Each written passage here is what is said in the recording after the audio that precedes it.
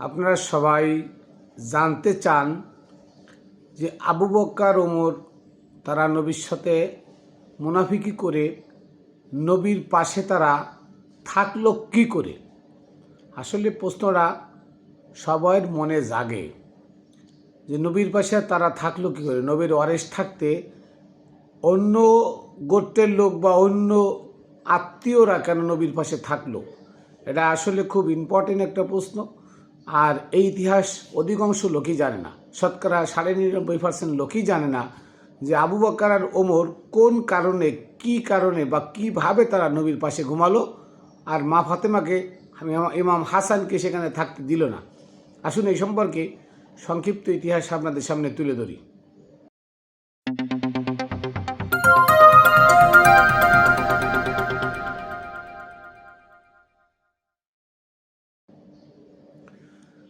বিসমিল্লাহির রহমানির রহিম। আলহামদুলিল্লাহি রাব্বিল আলামিন, আসসালাতু ওয়াসসালামু আলা সাইয়্যিদিল মুরসালিন ও আলিহি আজমাইন।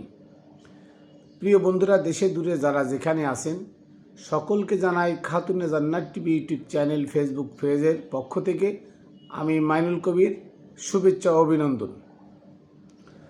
সর্বপ্রথম আমি আমার সালাম ও কদমবুসি প্রেরণ করি পাক পাঞ্জাতনের পাক দরবারের সমস্ত লিয়াউলিয়া গাউস কুতুব মনি ঋষি আবদাল ঠাকুর সন্ন্যাসী যারা আছেন প্রত্যেকের পাক দরবারে, পাক চরণে, বাবা শাহ আলী বগদাদী রহমতুল্লাহ আলাইয়ের পাক দরবারে, আমার দাদাগুরু মিলবেরাক হজরতে মোতালেব শাহ রহমতুল্লাহ আলাইয়ের পাক দরবারে এবং আমার গুরু হজরত মানিক চাঁদ শাহ মাদ্দাজিল্লাহুল আলিয়া আমার দয়ালের পাক চরণে।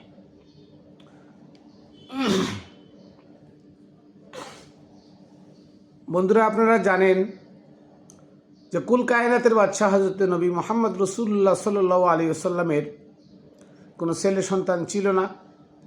নবী বলেছেন সবার ওরস থাকে, সবার ওয়ারিস থাকে বা ওরস জাত সন্তান, ছেলে থাকে, ছেলে থেকে তার বংশ। আর একমাত্র দুনিয়াতে আমি মোহাম্মদ সাল্লাল্লাহু সাল্লাম আমার বংশধর, আমার কন্যা মা ফাতেমা থেকে। তাই ফাতেমা, হাসান, হুসাইন, মাওলা আলীকে আহাল বলা হয়েছে। আহাল মানে বংশধর। আলিফ লাম মিম আলে মোহাম্মদ, এই আলে মোহাম্মদ হচ্ছে মা ফাতেমা, হাসান, হুসাইন এবং মাওলা আলী আলাইহিস সালাম। যেহেতু তার কোনো সন্তান সন্ততি ছিল না, তাই তো এই আবু বকর ওমর উসমান নয়, আবু বকর ওমর তারা নবীর পাশে ঘুমালো কী করে, এই প্রশ্নটা আমাদের মনে ঘুরপাক খায়। এবং অনেকেই মনে করে যে আবু বকর ওমর তারা নবীর খুব কাছের লোক ছিল, তাই তাদেরকে নবী ওসিয়াত করে গেছেন তার পাশে রাখার জন্য, হয়তো এভাবে রাখছে। আসলে না, আবু বকর ওমর উসমান তারা ইসলামের প্রারম্ভে বা ইসলামের প্রথম যুগে নবীকে সাহায্য করেছে। এটা যেমন আয়নার মতো পরিষ্কার, তেমন তারা শেষ যুগে এসে নবীর সাথে মুনাফিকি করেছে, গাদ্দারি করেছে, এটাও আয়নার মতো পরিষ্কার। কারণ যে ভালো কাজ করেছে তার ভালো কাজের ক্রেডিট দিতে হবে, এটা নিয়ম। আর যে যতটুকু খারাপ কাজ করেছে তাকে ততটুকু খারাপ কাজের ক্রেডিটও নিতে হবে। তো তারা নবীর উহুদের ময়দান থেকে, তাবুকের ময়দান থেকে পালাইছিল। উহুদের ময়দান থেকে তারা পালাইছিল। সূরা আল ইমরানের 153 নম্বর আয়াতে স্পষ্ট বলা আছে আবু বকর ওমর উসমান তারা উহুদের ময়দান থেকে নবীকে রক্তাক্ত অবস্থায় ফেলায় রেখে পালাইছিল। নবী পিছন থেকে ডাকছিল, আবু বকর ওমর উসমান আমাকে ফেলে রেখে তোমরা চলে যেও না। তারা নবীর কথা শুনে আরও জোরে জোরে দৌড়াইছিল, আপনারা পড়ে দেখবেন। সূরা আনফালের 16 নম্বর আয়াতে আছে যে যারা উহুদের ময়দান থেকে নবীকে ফেলে রেখে পালাইলো তারা কাফের, তারা জাহান্নামের নিম্ন স্থানে তাদের স্থান হবে। এখানে আমার কথা নয়। তাহলে যাদেরকে আল্লাহ কোরআনে বলছে ওরা জাহান্নামী, তারা নবীর কাছে কি করে থাকে? এই কথাটা খুব চমৎকার একটা প্রশ্ন। এর উত্তর জানা নাই আপনাদের, এর উত্তরটা আমি আপনাদের, এই প্রশ্নের উত্তরটা হলো যে কুল কায়নাতের বাদশা নবী করিম সাল্লাল্লাহু আলাইহি ওয়াসাল্লাম ওনার অবাত হয় 8ই জুন 632 খ্রিস্টাব্দে। তো নবীদের নিয়ম হলো নবীরা যে হুজরায় বা যে ঘরে ওফাত নেন তাদেরকে সেখানে দাফনস্থ করা হয়, সেখানে তাদেরকে রাখা হয়। তেমন নবী করিম সাল্লাল্লাহু আলাইহি ওয়াসাল্লাম হযরতে আয়েশার ঘরে ওফাত নিলেন। তা আয়েশার ঘরে ওফাত নিলে তাকে আয়েশার ঘরেই দাফন করা হলো। এবার আয়েশার ঘরে যখন দাফন করা হলো, নবীর ওফাত ছিল কত তারিখ? 632 খ্রিস্টাব্দের 8ই জুন। ভালো করে মনে করবেন, 632 খ্রিস্টাব্দের 8ই জুন। তো তখন খলিফা ছিল কিটা? ওমর। খলিফা ছিল কিটা? আবু বকর। খলিফা আবু বকর ছিল। নবীর ওফাতের দিন আবু বকর, ওমর, উসমান তারা আয়েশা এবং হাফসার নেতৃত্বে তারা বনু সাকিফা সাউদায় চলে যায়। 3 দিন 3 রাত সেখানে মিটিং মিছিল করে আবু বকরকে খলিফা বানায় আনে। অথচ 1,25,000 সাহাবি বিদায় হজের ভাষণে ঈদের গাদিরে বা গাদির সেই জলাশয় ভূমির পাশে দাঁড়িয়ে নবী 1,25,000 সাহাবি সাক্ষী রেখে মাওলা আলীকে মাওলায়াত দিয়ে যান, উলিল আমর করে যান। সূরা নিসার 59 নম্বর আয়াত দেখবেন, উলিল আমরি মিনকুম। রসুল যাদেরকে উলিল আমর বানায় যাবে তার আনুগত্য করা ফরজ। তার আনুগত্য করলে আর আল্লাহর আনুগত্য লাগে না। তো উলিল আমর কে ছিল? মাওলা আলী ছিল। তার মানে নবীর ওফাতের পরে মাওলা আলী ওই চেয়ারে বসবেন এবং খেলাফতে অধিষ্ঠিত হয়ে সম্পূর্ণ দায়ভার মাওলা আলীর হাতে রাখবেন। এটা ছিল নবীর ওয়াদা। এবং কাদের সামনে? 1,25,000 সাহাবীদের সামনে। কিন্তু হতভাগা আবু বকর, ওমর, উসমান তারা মুনাফিকি করে নবীর ওফাতের দিন তারা চক্রান্ত করে আয়েশা এবং হাফসা, নবীর স্ত্রী আয়েশা এবং হাফসা তাদের নেতৃত্বে তারা বনু সাকিফা সাউদায় গিয়ে সেই নবীর ওয়াদাকে ভঙ্গ করে, আল্লাহর হুকুমকে অমান্য করে তারা নিজেরা খলিফা সাজলো। মাওলা আলীকে বিট্রাই করে আইসে খলিফা সাজলো, সেজে তারা মসনদ দখল করলো। দখল করার পরে তারা মা ফাতেমার সাথে গাদ্দারি করলো। মা ফাতেমার পেটে বাচ্চা ছিল মোহসেন। ওমর মা ফাতেমা ঘরে গিয়ে আগুন লাগাইলো, মা ফাতেমার দরজায় লাথি মারলো। সেই লাথি লেগে মা ফাতেমার পেটের বাচ্চারা মোহসেন সাথে সাথে মারা যায়। এবং ব্লাডিং হতে হতে ঠিক 8ই জুন থেকে 75 দিনের মাথায় মা ফাতেমা ইন্তেকাল করেন। মা ফাতেমার শাহাদাত হয়, ইন্তেকাল কি, মা ফাতেমার শাহাদাত হয় 5ই আগস্ট। 75 দিন পর, গুনে রাখবেন, 8ই জুন থেকে 75 দিন পর 5ই আগস্ট। 75 দিন, 5ই আগস্ট মানে 2.5 মাস। এই 5ই আগস্ট মা ফাতেমা শাহাদাত বরণ করেন। তখন ক্ষমতায় কে? আবু বকর। ওমর হচ্ছে প্রধান। ওমরের কথায় আবু বকর উঠে বসে। আর নবী কার বাবা? মা ফাতেমা আলাইহিস সালামের বাবা। নবী বলে গেছেন ফাতেমা আমার ওয়ারেস। তাহলে ওয়ারেসের হক আগে নাকি তার স্ত্রীর হক আগে? বলেন।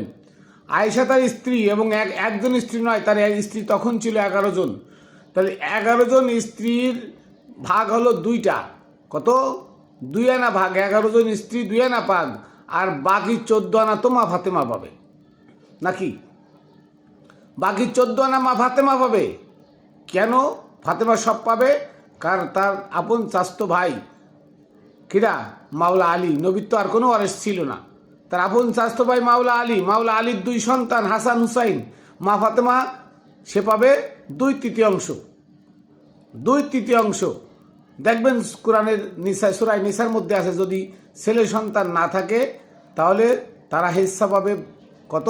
বাপের 2/3, মানে 3 ভাগের 2 ভাগ পাবে মেয়েরা, 1 ভাগ পাবে তার ভাইয়ের ছেলেরা বা ভাই। তাহলে এখানে স্বাস্থ্য ভাই ছিল কে? আলী। আলীর 2 ছেলে হাসান হুসাইন, তারা পাবে 1টা অংশ। অতএব তাহলে 14 আনার মালিক মা ফাতেমা। 14 আনার মালিক মাওলা আলীর ঘরে। আর 2 আনা হলো 11 জন স্ত্রী। তাহলে আয়েশার অধিকার নাই মা ফাতেমাকে ওইখানে, তাকে ওইখানে সমাহিত করা, বাধা দেওয়া। আয়েশার কোনো অধিকার নাই।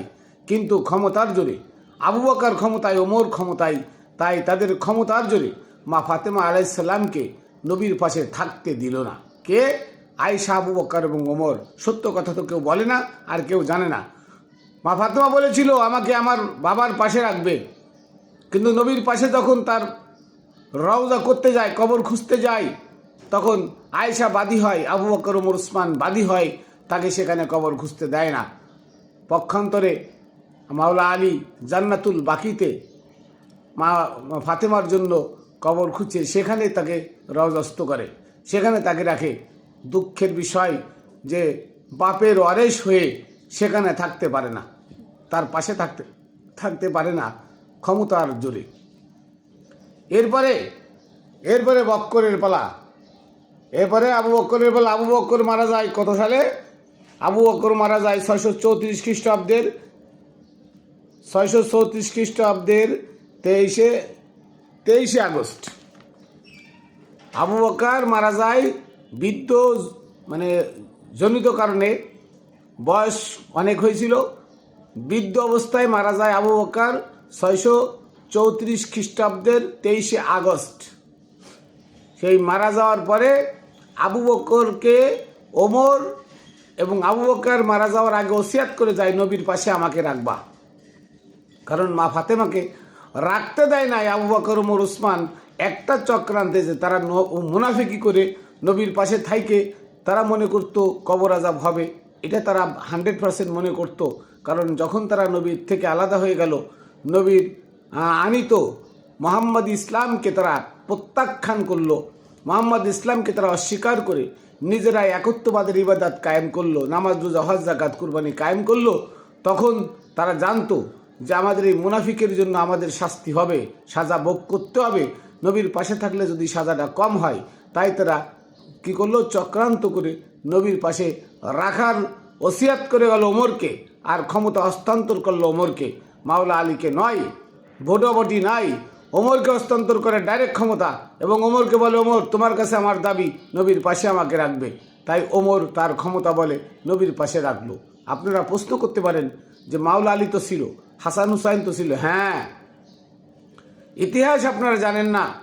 যেদিন আবু বকরের কাছে বায়াত গ্রহণের দিন, সেদিন ওমর তালহা জুবাইর সহ মুহাজির এবং আনসারদেরকে 5000 লোক নিয়ে মাওলা আলীর ঘরে আক্রমণ করে।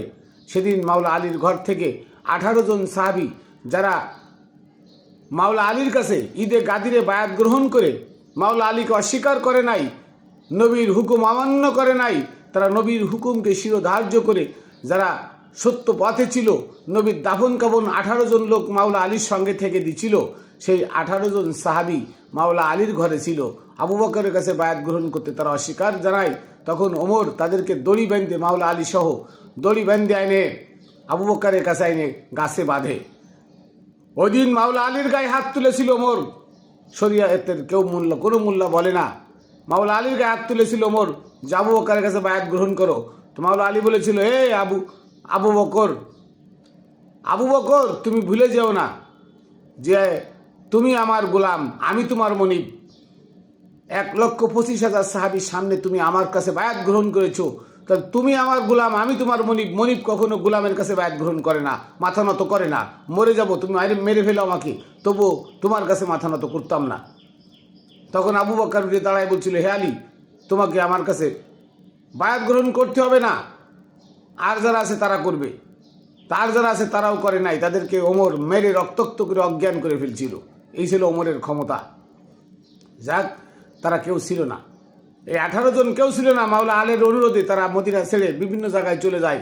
ওইখানে মাওলা আলী, হাসান হুসাইন ছোট আর ইবনে আব্বাস, এই 4 জন মানুষ ছাড়া নবীর পক্ষে, নবীর আহলে বায়াত বা নবীর মানে সঠিক সাহাবী আর কেউ ছিল না, আর সব ছিল মুনাফিক।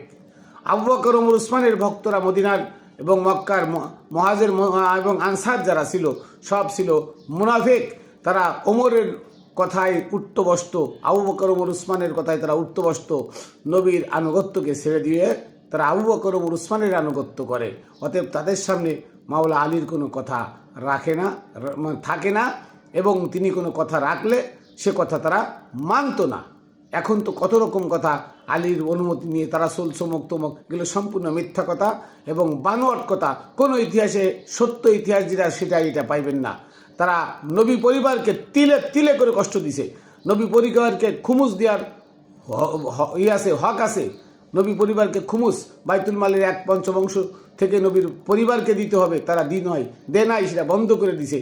নবী পরিবারকে কষ্ট দিয়ে মারছে তারা।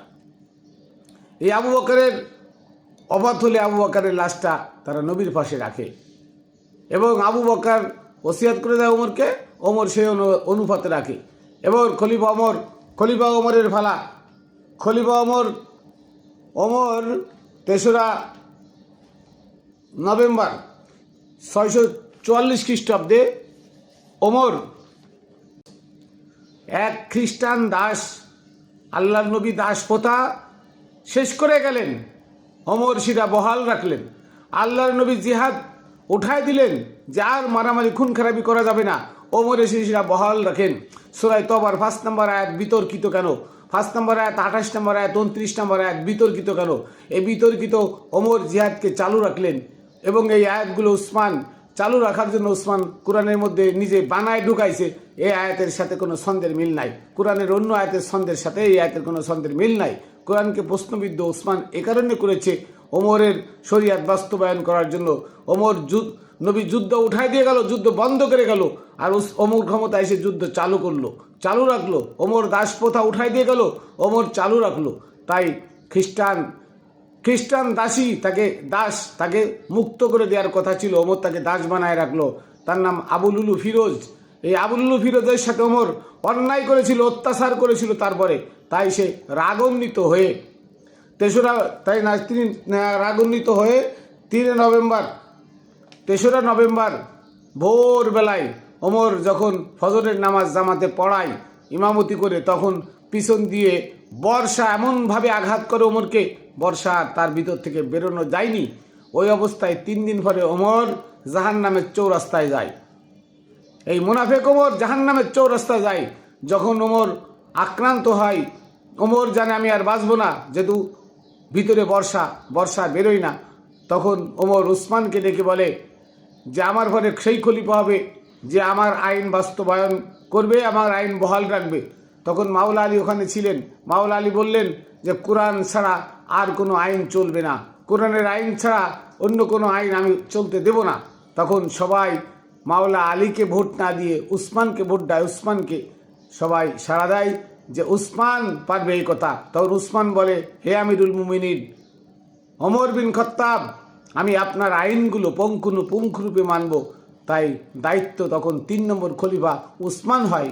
আর উসমান ওমরের সেই ওয়াদা বাস্তবায়ন করার জন্য উসমান ওমরকে নিয়ে আবু বকরের পাশে রাখে। অতএব এভাবে দুইজনকে কোথায় রাখা হয়? নবীর পাশে রাখা হয়। তাহলে আপনারা আশা করি প্রশ্নের উত্তরটা পেয়ে গেলেন। ক্ষমতার বলে এবং আয়েশার অনুমতি ক্রমে সেখানে তাদেরকে রাখা হয়। অথচ যেখানে 14 আনার মালিক মা ফাতেমাকে নবীর পাশে রাখতে দেওয়া হয় না। আপনারা জানেন যে আমার বাড়ি খুলনা, আমি ঢাকা থাকি। আমি যদি অন্যের জায়গায় থাকতে চাই জোর করে, কেউ আমাকে রাখবে না। আমি মারা গেলে নিশ্চয়ই আমার স্থান হবে আমার জায়গায়, আমার বাপের যে সম্পদ আছে, আমার যে সম্পদ আছে সেই সম্পদে। কিন্তু আমি যদি জোর করে তারেক জিয়ার বাড়িতে যেয়ে থাকতে চাই, তাহলে এটা কী হবে? অন্যায় আবদার হবে। তাহলে তারা অন্যায় আবদার করে ক্ষমতার জোরে অন্যায়কে ন্যায় বানায় ফেলছে। আর আজকে সারা দুনিয়ার মানুষ কি বলে যে এই আবু বকর ওমর উসমানকে নবী এত ভালোবাসতো যে নবী স্বপ্নে বলছে আমার পাশে তাদেরকে রাখো। নাউজুবিল্লাহি মিন জালিক। এটা সম্পূর্ণ মিথ্যা এবং বানোয়াট এবং কাল্পনিক। এই মিথ্যাটা প্রচার করছে আজকে সারা দুনিয়ায় ওয়াহাবিরা। কেন? কারণ নবীর ওফাতের পরে নবীর পক্ষে মদিনাতে মাত্র 4 জন লোক ছিল। মা ফাতেমা চলে গেলেন, হাসান, ইমাম হুসাইন, ইবনে আব্বাস আর মাওলা আলী আলাইহিস সালাম, এই 4 জন ছাড়া আর ছিল না। আর 18 জন সাহাবী তারা তো বিভিন্ন জায়গায় ছড়ায় চলে গেল। মাওলা আলীর সঙ্গে তাদের আর দেখা হয়নি। হ্যাঁ, তার ভিতরে হযরতে আবু যর গিফারি রাদিয়াল্লাহু তাআলা আনহু, উনি আসছিলেন ফেরত মদিনায়। আর 18 জনের আর 17 জন তারা আর কোনোদিন ফেরত আসে নাই। যার কারণে আজকে এই মদিনা থেকে মুহাম্মদ ইসলাম চিরতরে বিদায় নিল আবু বকর ওমর উসমানের হাত ধরে। আবু বকর ও উসমানের হাত ধরে মুহাম্মদ ইসলাম চিরতরে বিদায় নিয়ে ওমরীয় শরিয়াত বাস্তবায়ন হলো মদিনায়। আজকে সেই ওমরীয় শরিয়াতের ধুম তারাক্কা চলছে সারা দুনিয়াতে। আজকে সারা দুনিয়ার মানুষ সেই আবু বকর ওমর উসমানের এমন গুণ কীর্তন করে, তারা নবীর কথা মুখেই আনে না। নবীর কথা বলতে বলে বেদাত, মা ফাতেমার কথা আসলে বলে বেদাত, মাওলা ইমাম হাসান ইমাম হুসাইন তাদের কথা বললে বেদাত। অথচ তারা জুবান নামাজের খুতবায় শোনে কি ফাতেমাতু সাইয়্যিদাতু নিসাই আহলিল জান্নাহ। তারা জুবান নামাজে ইমাম এই কথা স্বীকার করে খুতবার মধ্যে, ফাতেমা হচ্ছে জান্নাতের নারীদের সর্দার, ওয়াল হাসান ওয়াল হুসাইন সাইয়্যিদা শাবাবি আহলিল জান্নাহ, জান্নাতের যুবকদের সর্দার হাসান এবং হুসাইন। ওয়া আসাদুল্লাহিল গালিব আলী কাররামাল্লাহু ওয়াজহু আলাইহিস সালাতু ওয়াসসালাম, এই কথা তার খুতবার মধ্যে লেখা আছে। অথচ বাইরে এসে তাদের নাম শুনলে বমি করে দেয়। এই ঘৃণাটুক জমাইলো কারা? এই ঘৃণাটুক জমাইছে আবু বকর ওমর উসমানের ভক্তরা। আবু বকর ওমর উসমান তারা নবীর আহলে বায়াতকে বিদ্বেষপূর্ণভাবে মানুষের সামনে প্রকাশ করে গেছে, প্রসার করে গেছে। তাই তো মাওলা আলী যখন খেলাফত পাইলেন, সে মাওলা আলী কি করলেন? মাওলা আলী মদিনায় থাকতে পারলেন না। যখনই মদিনায় মানুষকে বলল যার একত্ববাদের ইবাদত নয়, এবার তোমরা রাসূলের আনুগত্য করো, কোরআনের আয়াত মানো, কোরআন অনুযায়ী চলো, তখন তারা বলল আমরা এই কোরআন মানি না, আমরা ওমরের বানানো আইন এটা আমাদের কাছে ভালো লাগে, আমরা একত্ববাদের ইবাদত করবো, মসজিদে গিয়ে আল্লাহ করবো, আমরা তোমার গোলামি করতে পারবো না। সেখান থেকে উঠে যায় চিরতরে রাসূলের আনুগত্য, চিরতরে উঠে গিয়ে একত্ববাদের ইবাদত শুরু হয়। আজ সারা দুনিয়াতে একত্ববাদের ইবাদতই চলে। অথচ সূরা নিসার ৮০ নম্বর আয়াত পড়ে দেখবেন, মাইতির রসুল ফাকাদ আতাল্লাহ, যারা আল্লাহর রাসূলের আনুগত্য করলো তারা আল্লাহর আনুগত্য করলো। অতএব রাসূলের আনুগত্য করলে আর আল্লাহর আনুগত্য লাগে না, আর তারা আল্লাহর আনুগত্য করলো, রাসূলের আনুগত্য মানে না। তাহলে কোরআন বিরোধী আজকে এই যারা মসজিদ ভিত্তিক ইবাদত করে তারা কোরআন বিরোধী।